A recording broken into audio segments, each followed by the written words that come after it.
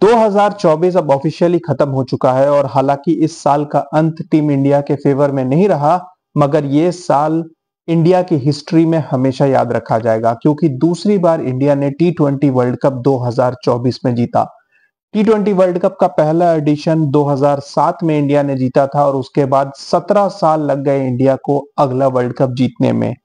तो ये world cup India के लिए बहुत मेमोरेबल रहेगा। मैं पिछले कुछ दिनों की बात छोड़ देता हूं तो उस वर्ल्ड कप में जसप्रीत बुमराह, अर्शदीप सिंह, कुलदीप यादव, अक्षर पटेल, हार्दिक पांड्या और रोहित शर्मा के परफॉर्मेंसेस को हर कोई याद रखेगा। सूर्य कुमार यादव का नाम भी मैं इसमें जोड़ना चाहूंगा क्योंकि इन सब लोगों ने मिलकर वर्ल्ड कप में जबरदस्त परफॉर्मेंस दी और मैं through out the tournament performances की बात कर रहा हूं। किसी एक मैच में ऋषभ पंत ने भी हाईएस्ट स्कोर बनाया था, किसी एक मैच में विराट कोहली ने भी खेला था, लेकिन थ्रू आउट द टूर्नामेंट ये दोनों वहां भी सुपर फ्लॉप रहे थे। लेकिन Hardik, Akshar, Rohit Sharma, Kuldeep, Jasprit Bumrah, Arshdeep Singh throughout the tournament dominate करते रहे और इंडिया को अनबीटेन वो वर्ल्ड कप जितवाया जो हमेशा याद रखा जाएगा। वो पहला T20 वर्ल्ड कप था जो किसी भी टीम ने अनबीटेन रहकर जीता हो। रोहित शर्मा की कैप्टेंसी में और एक तरीके से उनका और विराट कोहली का और रविंद्र जडेजा इन तीनों का आखिरी मैच भी था वो मेमोरेबल रहेगा क्योंकि राहुल द्रविड़ की कोचिंग में भी वो आखिरी गेम था और वो वर्ल्ड कप इंडिया जीत गई। सीनियर क्रिकेटर्स के रहते वर्ल्ड कप जीतना मतलब वो क्रिकेटर्स काफी टाइम से एफर्ट डाले जा रहे थे और आईसीसी ट्रॉफी नहीं आ रही थी, तो एटलीस्ट एक बहुत बड़ी अचीवमेंट थी, खुशी दिख रही थी और पूरी इंडिया बहुत खुश था क्योंकि 2013 के बाद कोई आईसीसी ट्रॉफी आया था और 2011 के बाद कोई वर्ल्ड कप ट्रॉफी हम जीते थे। 2 बार हम चैंपियंस ट्रॉफी भी जीत चुके हैं, लेकिन वर्ल्ड कप विक्ट्री किसी भी टाइम पे चैंपियंस ट्रॉफी की विक्ट्री से बहुत बड़ी होती है और इंडिया उन रेयर टीम्स में हो गई along with West Indies and England जिन्होंने T20 वर्ल्ड कप 2 बार जीता है। तो ये साल उस तरीके से बहुत हिस्टोरिक रहा। उसके अलावा हमने 2 टेस्ट सीना कंट्रीज में जीते। एक हम साउथ अफ्रीका में जीते थे जो ईयर स्टार्टिंग में न्यू ईयर टेस्ट था और इस साल हमने पर्थ में ऑस्ट्रेलिया को भी हराया। ऑफ कोर्स सीरीज में जो भी हुआ, लेकिन 2 सीना विक्ट्रीज मैटर्स अ लॉट। बहुत रेयरली एशियन टीम्स को सीना में विक्ट्री मिलती है। हालांकि इंडिया की परफॉर्मेंस पिछले 8-10 साल में काफी अच्छी रही है, लेकिन एवरी विक्ट्री काउंट्स क्योंकि हमें मालूम है कि सीना में विक्ट्रीज अचीव करना कितना मुश्किल है, तो 2 सीना विक्ट्रीज ऑल्सो काउंट्स। उसके अलावा इंग्लैंड को 4-1 हराना एट होम, पहला टेस्ट मैच हार जाने के बाद कमबैक करना। विराट कोहली उस सीरीज में नहीं थे तो टीम में एक पॉजिटिविटी भी थी और सरफराज खान को मौका मिला, यशस्वी जायसवाल ने स्टेप अप किया। यशस्वी जायसवाल मेरे ख्याल से इस साल के सबसे बड़े पॉजिटिव निकल के आए हैं batting wise and all format opener.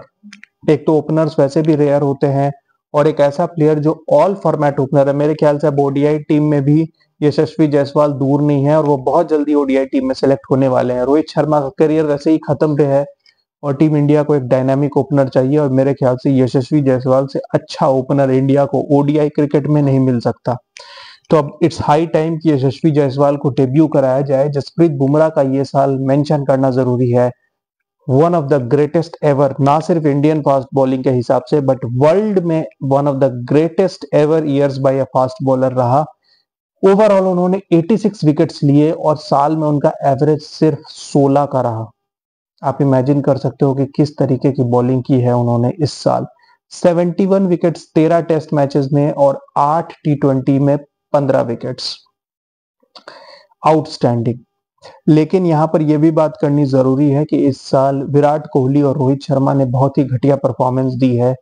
Rohit Sharma की मैं बहुत ज्यादा बात नहीं करूंगा क्योंकि रोहित शर्मा की जो भी परफॉर्मेंस में डाउन स्लाइड आया है ये सितंबर से आया है, तो लास्ट के 4 मंथ में, लेकिन उनका डिक्लाइन बहुत ज्यादा स्टीप रहा है। मतलब अब तो वो डबल फिगर्स के लिए भी स्ट्रगल करते नजर आ रहे हैं।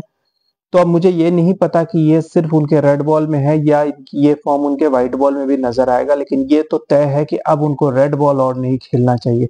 आई वुड रादर सजेस्ट कि वो सिडनी टेस्ट के एक दिन पहले ही अपनी रिटायरमेंट अनाउंस कर दे और सिडनी टेस्ट वो ना खेलें क्योंकि उनकी एब्सेंस में ही टीम ज्यादा बेहतर परफॉर्म कर रही है और मेरे ख्याल से रोहित शर्मा को अब चले जाना चाहिए। लेकिन उससे ये फैक्ट नहीं जाता कि रोहित शर्मा ने इस साल जबरदस्त परफॉर्मेंस दी है। इस साल की स्टार्टिंग में पहले वो साउथ अफ्रीका में जो टेस्ट मैच हुआ उसमें भी कैप्टन थे, उसमें भी उन्होंने ठीक ठाक परफॉर्मेंस दी थी। उसके बाद इंग्लैंड के खिलाफ होम सीरीज में भी उन्होंने बढ़िया परफॉर्मेंस दी थी, वहां इंडिया 4-1 जीती थी और वहां पर रोहित शर्मा की कैप्टनसी भी अच्छी थी और उनकी परफॉर्मेंस भी अच्छी थी। उसके बाद अफगानिस्तान के साथ रादर मैं मिस कर गया, जनवरी में अफगानिस्तान के साथ उन्होंने एक T20 100 भी बनाया था, क्योंकि वो मैचेस एक तरीके से क्राइटेरिया था सिलेक्शन के लिए फॉर द वर्ल्ड कप, और वहां रोहित शर्मा ने 100 बना के बताया था कि मैं आज भी इतना कैलिबर रखता हूं कि T20 वर्ल्ड कप खेल सकता हूं। फिर आईपीएल में भी उन्होंने एक 100 बनाया, उनकी कैप्टनसी चली गई थी उसके बावजूद। और फिर वर्ल्ड कप में स्पेशली ऑस्ट्रेलिया के खिलाफ उनकी इनिंग्स, जो उन्होंने 93 रन की इनिंग्स खेली थी, I think that was the innings of the world cup, definitely one of the innings of the world cup. मेरे नजर में तो best innings of the world cup थी। इंग्लैंड के खिलाफ भी उन्होंने एक जबरदस्त हाफ सेंचुरी बनाई और हर मैच में वो एक तेज स्टार्ट देते रहे। फाइनल में अनफॉर्चुनेटली वो कुछ बड़ा नहीं कर पाए, लेकिन वर्ल्ड कप ट्रॉफी उन्होंने लिफ्ट की, जो कि एक बड़ी अचीवमेंट है किसी भी कैप्टन के लिए, इंडिया के लिए। सिर्फ वो एक तरीके से तीसरे ही कैप्टन रहे, क्योंकि धोनी ने 2 वर्ल्ड कप लिफ्ट की थी, एक कपिल देव ने की और रोहित शर्मा, तो तीसरे कैप्टन बने जिन्होंने वर्ल्ड कप लिफ्ट किया है। राहुल द्रविड़ को भी कोचिंग में एक बड़ी अचीवमेंट मिल गई। और उसके बाद भी अगर आप देखो तो श्रीलंका के खिलाफ तीनों ओडीआईज में रोहित शर्मा की जबरदस्त परफॉर्मेंस थी, बट ये सडन जो डिक्लाइन आया है रेड बॉल में रोहित शर्मा का, that was unexpected and like hard to believe, but I think this is the end of Rohit Sharma career. Next year हो सकता है कि वो आपको हर फॉर्मेट से रिटायर करते हुए नजर आए। विराट कोहली का तो ये पथेटिक ईयर रहा है, उनके बहुत सारे साल खराब रहे हैं, मगर इस साल उन्होंने इस तरीके की परफॉर्मेंस दी है कि मेरे ख्याल से उन्हें अभी अब रिटायरमेंट ले लेना चाहिए। आपको एक शर्मनाक रिकॉर्ड बताता हूं जो विराट कोहली ने इस साल अचीव किया है। उन्होंने आईपीएल में 741 रन्स बनाए और पूरे इंटरनेशनल्स में 655, मतलब उनके आईपीएल रन्स उनके इंटरनेशनल रन से ज्यादा थे। पूरे T20 वर्ल्ड कप में वो सुपर फ्लॉप रहे थे, उनको फाइनल भी खिला दिया गया, बड़ी बात थी। वहां उन्होंने एक 58 बॉल 76 की इनिंग्स खेली, हालांकि वो मैच विनिंग इनिंग्स में नहीं कहूंगा क्योंकि मैच फंस गया था, हम हार जाते। वो तो बॉलर्स ने जितवा दिया और विराट कोहली की नाम रह गई, उन्हें मैन ऑफ द मैच भी मिल गया, जो कि मेरे ख्याल से जसप्रीत बुमराह को वहां पर भी मैन ऑफ द मैच मिलना चाहिए था। प्लेयर ऑफ द टूर्नामेंट तो जसप्रीत बुमराह ही रहे। ये भी एक बड़ी चीज है कि वर्ल्ड कप जब आप जीतते हो तो प्लेयर ऑफ द टूर्नामेंट कौन है। 2011 में युवराज सिंह थे, 2007 में हालांकि शाहिद अफरीदी को मिला था, लेकिन युवराज सिंह की ही परफॉर्मेंस को याद रखा जाता है।